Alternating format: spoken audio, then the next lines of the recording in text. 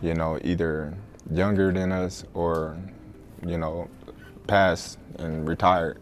So why not? You know, I want to challenge myself. The best always looking to fight the best and challenge themselves, you know, and why not, you know, challenge. Terence Crawford can't beat him, right? This is a money grab for Terence Crawford. It's just a situation where Terence Crawford is trying to fill up his bank account opposed to actually his legacy.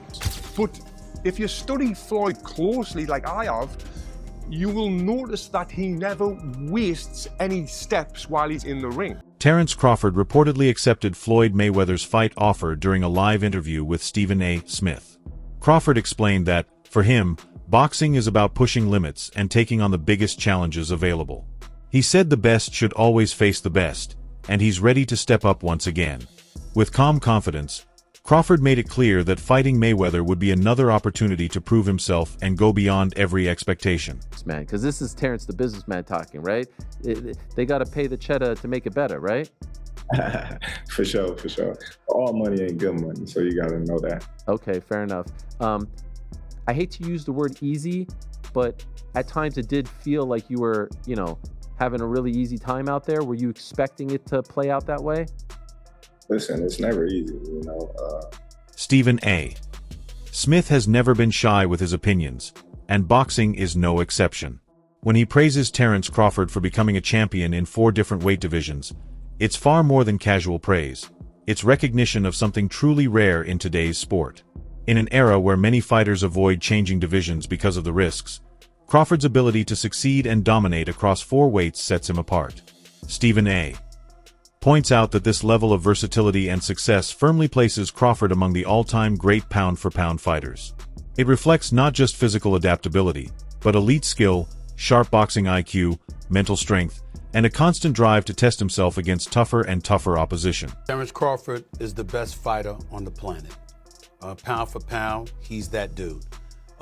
In this 4-belt era, he is now the undisputed world champion 3 times over. 140 pounds, 147, now 168 pounds, claiming all the belts. You don't see people doing that very often. Going up against a guy who was perceived as being bigger and stronger, Crawford was strong.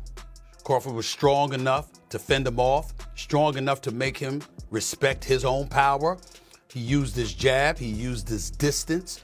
He had poise in the ring. He wasn't rattled. He backed up and moved when necessary and kept us different.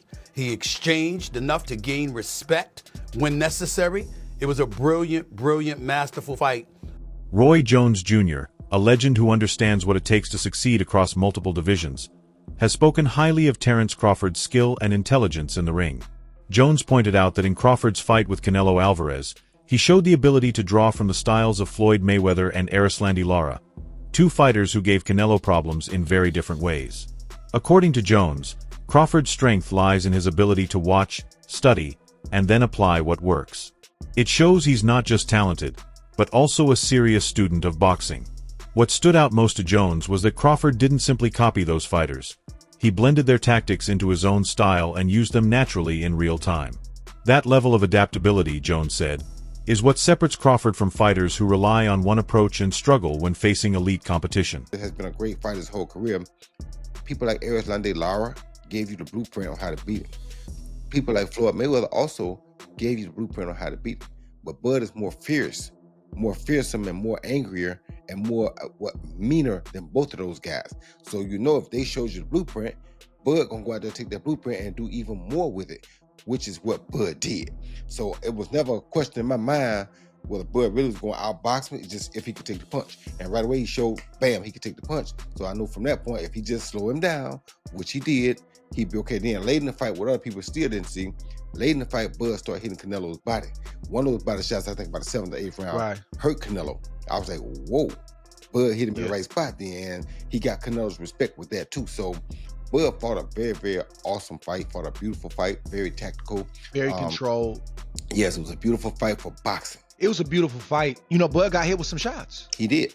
He did. He got hit with some single shots going out. You know, he's going out and you know Canelo, if he has you trapped in the corner or along the ropes, it's typically 1 to 2 big shots. You know that if you've watched him. Yep. So you could tell Crawford, as he was going out, he knew the one shot was coming, and several times it landed. He even got hit with a 2-piece. I don't remember what round it was, uppercut right hand that Crawford took well. So when you started seeing him absorb the shots, if you're Team Crawford, you don't want him to take that shot. But if you started seeing that, now you know that, okay. And I think that's what gave Crawford the green light to stay there a little bit longer. He smiled about it. He smiled about it. Yeah. And sometimes that smile can be a lie, and sometimes that smile can mean what I think it meant for Crawford, which is, oh, that's not as bad as I thought it was. The idea of Terence Crawford stepping into the ring with Floyd Mayweather, even in an exhibition, has sparked heavy debate. Some critics feel a matchup like this could hurt Crawford's legacy. They argue that instead of adding to historic wins like his domination of Errol Spence or his masterclass against Canelo, he would be seen as chasing money over real competition. That view comes from Mayweather's recent focus on big-pay exhibition bouts rather than legacy-defining fights. Analysts say Crawford has worked too hard to risk being labeled as someone putting cash ahead of history. On the flip side, others believe Crawford's legacy is already locked in, and that facing Mayweather would simply become another intriguing chapter in an already remarkable career. It's just a situation where Terence Crawford is trying to fill up his bank account opposed to actually his legacy. This is what was being said, right? This is what people perceived. Terence Crawford was just attempting to cash out. When fans line up the careers of Floyd Mayweather and Terence Crawford, the debate quickly gets complicated. Floyd's resume is packed with legendary names, but critics often focus on the timing of those wins. Canelo was young and still developing when he fought Mayweather, and Pacquiao entered their highly anticipated 2015 bout while dealing with an injury. Floyd's reluctance to offer rematches, especially with Pacquiao, also left unanswered questions for many fans. In contrast, Crawford's dominance has come against opponents widely viewed as being at their peak when they faced him. That contrast keeps the debate alive, raising the question of whether Mayweather's perfect record was driven purely by skill or helped by careful timing and matchmaking.